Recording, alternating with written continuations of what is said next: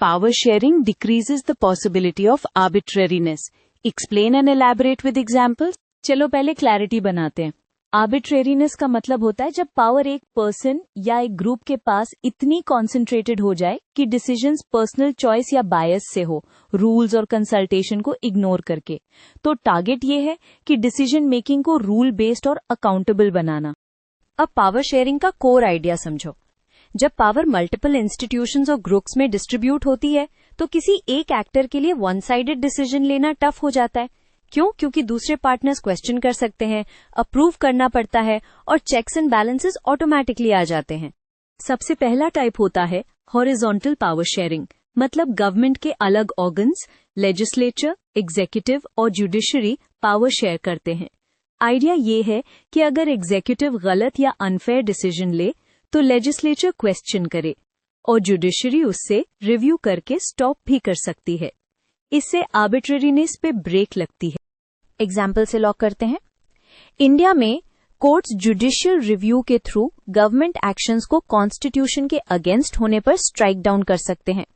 तो डिसीजन सिर्फ जो गवर्नमेंट चाहे वाले मोड में नहीं चल सकता, रीजन और कॉन्स्टिट्यूशन फॉलो करना पड़ता है।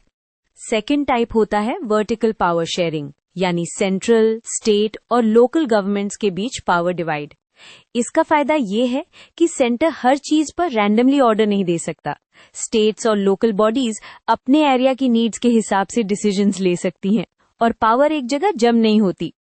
इंडिया में पंचायती राज और म्यूनिसिपैलिटीज को local issues, water, sanitation, local roads पर डिसीजन मेकिंग मिलती है। तो अगर ऊपर वाली गवर्नमेंट आर्बिट्ररी डिसीजन ले भी, लोकल लेवल पर लोग रिप्रेजेंटेटिव्स के थ्रू पुशबैक और करेक्शन पॉसिबल होता है। थर्ड एंगल होता है power sharing among social groups. इसमें माइनॉरिटीज या डिफरेंट कम्युनिटीज को रिप्रेजेंटेशन और प्रोटेक्शन दी जाती है ताकि मेजॉरिटी अपनी मर्जी से रूल्स इम्पोज ना करे।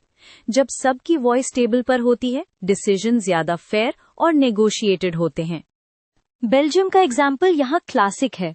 वहाँ different linguistic groups, Dutch, French, German के बीच पावर शेयरिंग अरेंजमेंट्स बनाए गए, जैसे कोलिशन गवर्नमेंट्स और community based autonomy.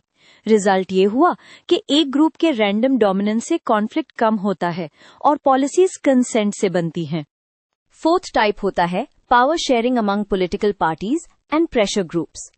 Coalition government या स्ट्रांग ऑपोजिशन का रोल यही होता है कि रूलिंग पार्टी को जस्टिफाई करना पड़े, डिबेट हो और पॉलिसी को मॉडिफाई करना पड़े।